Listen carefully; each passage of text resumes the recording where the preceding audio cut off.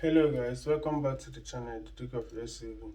So in our past two videos that we've been talking about the Kia and Hyundai especially, yes.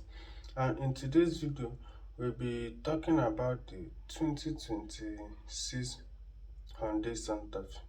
Yes, 2026 Hyundai Santa Fe. And let me tell you, the Hyundai and Kia, I've said it in the previous video.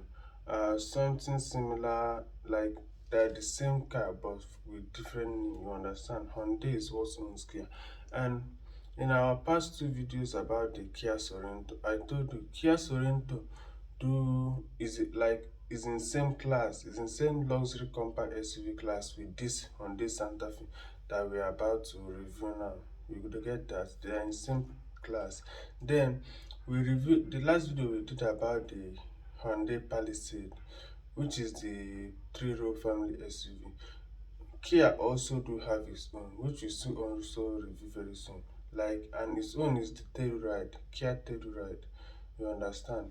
But in terms of all this, what I want to say is that Kia and Hyundai has been unpopular due to their unreliable car engine, but so far so good. They've been improving and improving for good. But for that Kia Sorento that I do review, I'm not gonna say something that I do see that I'm not recommended to anybody is the DCT dual clutch transmission, which is meant for high performance car and not for Kia. And trust me, within a year, this transmission won't last even up to a year without you having a frequent maintenance or mainly unnecessary maintenance to it for being a good vehicle. Secondly, is the turbo charged four cylinder. And if you look what I said in the video about that car, I said people do love naturally aspirated engine. Those engine doesn't have too much of an issue, but once turbocharged do have an issue on its own. But the best way to follow it up is that, in case if like the best way to follow it up is if you have a good mechanic, or yes, if you have a good mechanic around that can fix it. But when you doesn't have a good mechanic, it becomes an issue. Then in that second video following up, which is the Hyundai Palisade, I show you that same thing that I said, which those people do say, favorite naturally aspirated.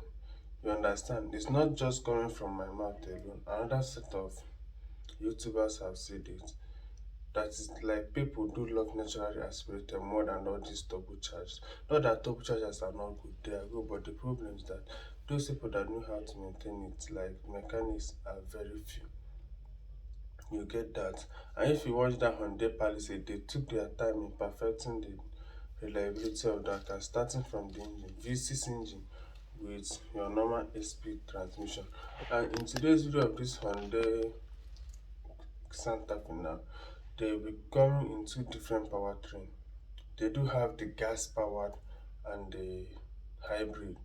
For hybrid is such a combination of an ICE internal combustion engine and a gas and an electric engine. You understand? So, but with that two combined, they are called hybrid. So, for this Honda, if it's coming from a hybrid engine, then we'll be having a 1.6-liter turbocharged four-cylinder engine and a mild hybrid engine. You get that, which will be producing 231 horsepower with your 6-speed automatic transmission. 2024 to 2025 have ditched. In fact, let me say from last year, they ditched the dual clutch transmission due to what 2024 Hyundai Santa Fe was recalled. Huge amount of it was recalled due to this DCT as well, dual clutch transmission as well. Massive amount of that Santa Fe was recalled. You understand? Within 3 months, some vehicle have already developing a transmission issue. But towards this 2025 to 2026, they've been perfecting their work and they've been trying with it also. Everything is looking more good and good and good year by year. And if you are going for only the gas powered engine, no hybrid, then you'll be having a 2.5-liter turbocharged four cylinder with your 8-speed normal transmission. You see that the golden rate of the city. I don't know why they impose it in the Kia Sorento for the 2026. I don't know. Maybe it's the leftover transmission they do want to sell off. Then, seeing the Santa Fe now, this Santa Fe do look much boxier. It just look boxy, as like this design have been in since 2024, 2025 and 2026. Nothing much have really changed like that. You understand? Seeing from these videos that I do line on my screen now, you guys can see nothing much have really changed, just that it still looks more boxier and more family oriented as well. But if they are making, like, I don't understand, if Hyundai Santa Fe and Sorento should be a luxury compact SUV, there's no need of including a third row seat, but they all come with a third row seat. Then their higher family 3-row model, which is the Kia Telluride and Hyundai Palisade, are still a 3-row SUV. I'm not saying that it's not good, but I don't see much reason for that. But anyway, it's handicap. It's good for families and it's good for as well as just luxury compact SUV for cruising. But anyway, coming to the exterior design of this vehicle, just like I said, since 2024, this design have been on this, just have been like this. Nothing much have really changed. We do have our this thing boxy shape design, and coming to the front model, we do have our front grille, which are very well finished in a gloss black. Our H-shaped headlights, which the H shape do, like the H pattern is for the trafficators, turn signals and data running light, while the middle space in the H is for the projector high beam and low beam headlight. um I do love the Hyundai Santa Fe design. When I said it in terms of design, Hyundai, Nissan, Acura, and BMW, and those, they don't know how to make a good design in terms of exterior. But you know that there's something else I'm supposed to say, but let me just reserve it for now. We know that they don't know how to make a good design vehicle. And come to the studio, they do have the red, blue, white, or green, depending your pick. You get it. Now coming to the rear of this vehicle, not so much have really changed as well. Just like your LED tail lights, brake light, turn signal and reversing lights, and which are cross shaped as well as the front one. Getting inside the vehicle, everything still looks good. I know this is the first time of me posting it in my channel, but just like the 2026 model, nothing really much have changed. You get that, nothing really much have changed. And you do have your dual 14-inch infotainment screen display and cluster gauge, which are also configurable. You do have your coming to the center console as well. This is how they are positioned, and with this their position, you can see your climate control, which are dual zone and speakers. And since 2024, they do have a dual wireless phone charging. You get it? They do have a dual wireless phone charging, and they do have a massive amount of space interior for this vehicle around that center console. And one thing I do want to say about the interior tech amenities is the blind spot monitoring. Looks like what the Hyundai and Kia knows the best on how to do. Not only them though, but they do love to include it in their vehicle, most especially if you go for the higher end model, which is the calligraphy model. They do love to introduce that. Sorry. It's such a good thing to have. Then another thing is the panoramic sunroof, auto dimming rear view mirror, head up display. Nothing really much again, guys.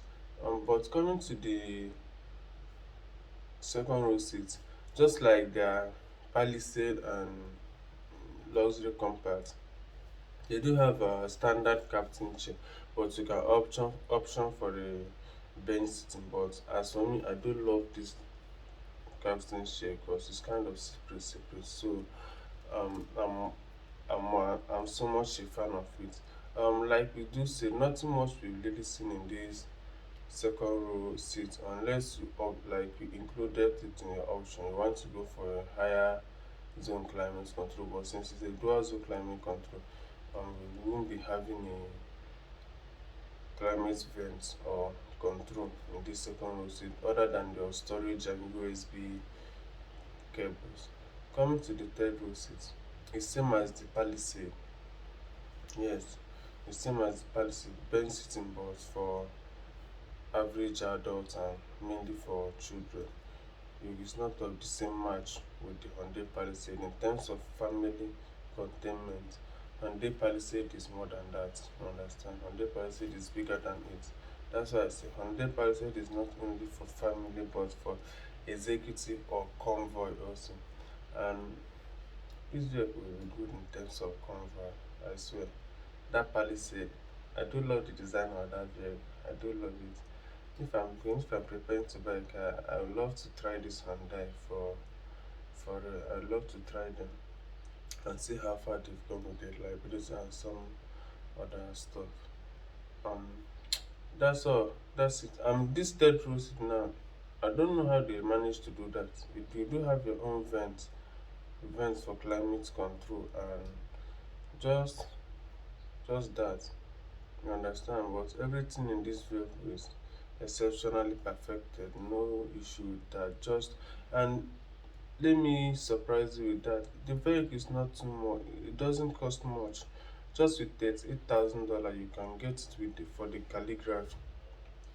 But if you go for the extra option, I forgot to say about the powertrain. They do have the front wheel drive and rear wheel all wheel drive. So if you option for, let me say, all wheel drive, four zone climate control, multi speaker sound system, like you do want enough quality sound system, heated seat and ventilated seat, um those kind things, that's where you can get your maximum um charge of 50 something thousand dollar, which is a good thing to have.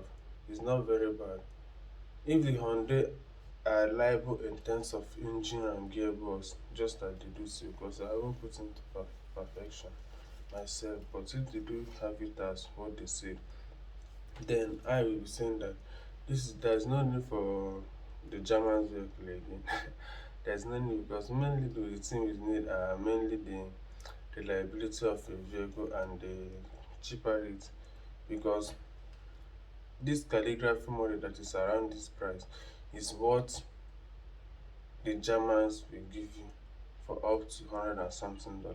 Though the Germans are the engineering and everything are superb, but as as a beginner in automotive journey, or let me say you don't earn much or you don't say much, that this is your one time hit, then I will say okay, Honda is not such a bad move. Since the highest trim model around $38,000 and going for the higher model will cost only the 50 something or 60, or let me say final 60 something for every tech available and like their standard everything. Let me say 60 something thousand dollar. Then why not? And the engine are also transmission is reliable. The only thing that I'm seeing in this engine is the turbo, but just like I said, if you have a good mechanic that can handle the turbo constantly, then there is no issue. The joy of a vehicle owner is that my vehicle broke down, but yeah, there is a good mechanic that knows well about it that can handle it. That's the joy of it, and the availability of the spare part as well. You understand? Some vehicles are turbulent in some certain way, but even the owner can still, if they give the owner the opportunity to go for another vehicle, he will still come to that particular brand. Some people are like full time customer again around it, but when I'm like, for me now, I haven't bought a car, but if I have the money to buy a car, I'm going for that Hyundai Palisade for real. So let me see how it does goes in there. But for now, there's nothing really much for this Hyundai Santa Fe, just like it is since 2024. Only just improvements in terms of engine and transmission improvements have been going on since then. But our trunk space, normal, we do have our hands-free power gates, and you know 17 cubic feet of space behind the third row, then 37 cubic feet of cargo space if the third row seat is folded down, and up to 7 something cubic feet if all seats are folded down except the driver and passenger. Then that's all for this video, and I forget to say that this vehicle do come with 14-way power adjusting seat with your lumbar support and your massaging and leather your massaging ventilated and leather heated seat for the driver only, since it's not much option. So that's where the starting price do come from, which is around $38,000. But if you want it full optional, I think you should be suggesting around 50 something. Like you should be budgeting around 50 something thousand dollar or 60 something. Um, which is not very bad for Hyundai. Or I don't think it will cost 60 something thousand, but high 50 something, you get it. So that's all I have to say for this Santa, which I'm a really big fan of. You understand? And this Santa is such a good vehicle for beginners or those who doesn't have much in terms of money but are looking forward to buy a vehicle. Mainly this luxury compact SUV for three row family movements also. Um that's it. That's it for this video, guys. Please don't forget to like, follow, and maybe share the video, and comment what vehicle you need to be covered also. But without wasting much of your time, see you guys in the next video.